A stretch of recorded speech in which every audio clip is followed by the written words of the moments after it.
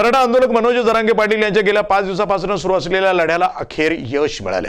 मुंबईच्या आझाद मैदानावर मराठा समाजाला आरक्षण मिळावे या मागणीसाठी सुरू असलेल्या त्यांच्या आंदोलनानंतर राज्य सरकारने महत्त्वाचा निर्णय घेतला। सरकारने हैदराबाद गॅजेटचा हा GR काढल्याने मराठा समाज बांधवांमध्ये आनंदाचं वातावरण निर्माण झालं असून संपूर्ण हिंगोली जिल्ह्यामध्ये जल्लोष साजरा केला जातोय। मनोज जरांगे पाटलांच्या आंदोलनाला पाठिंबा देण्यासाठी वसमत इथं मातंग समाजाचे कार्यकर्ते आणि माजी नगरसेवक रविकिरण वाघमारे यांनी त्यांच्यासोबत उपोषण सुरू केलं होतं। राज्य सरकारच्या निर्णयानंतर वाघमारे यांनी आपलं उपोषण सोडलं।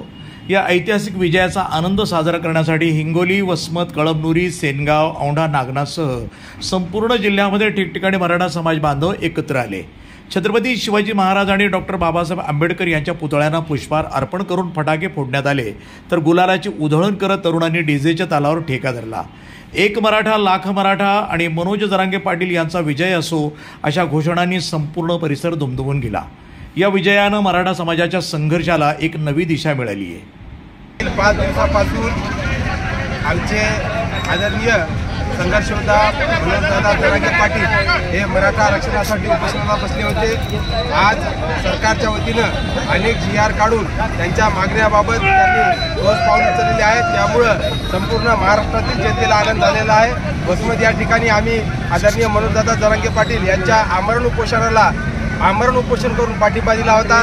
आज सर्व आमच्या बांधवाच्या वतीनं आज शासनाच्या वतीनं जो GR काढला आणि आदरणीय मनोजदादा जरांगे पाटील यांनी जे उपोषण पाठीमागे घेतलं त्याबद्दल आम्ही सगळे आनंदून गेलो आहोत। आज राष्ट्रप्रमुख छत्रपती शिवाजी महाराज यांच्या पुतळ्याला पुष्पहार अर्पण करून संपूर्ण वसमत शहरामध्ये एक जल्लोष सर्व समाज बांधवांच्या वतीनं साजरा केलेला आहे। सरकारचे धन्यवाद आणि आदरणीय मनोजदादा जरांगे पाटील यांना दीर्घ आयुष्य लाभो, ते निरोगी राहो अशी आम्ही प्रार्थना करतो। गरीब मराठ्यांना ओबीसीतून आरक्षण भेटावे, हैदराबाद गॅजेट, सातारा गॅजेट लागू करण्यासाठी गेल्या 5 दिवसापासून मुंबई येथे मनोजदादा जरांगे पाटील उपोषणाला बसले होते। त्यांच्यासोबत लाखो मावळे मुंबईला गेले होते, पण हा लढा देशाच्या आर्थिक राजधानी मुंबई येथे चालू होता। पण या वसमत शहरामध्ये माजी नगरसेवक आपले सहकारी मित्र रविकिरण वाघमारे यांनी मराठा समाजातील गोरगरीब मराठ्यांच्या मुलांच्या भवितव्यासाठी आपलं गेल्या 5 दिवसापासून येथील उपविभागीय कार्यालयासमोर आमरण उपोषण सुरू केले होते।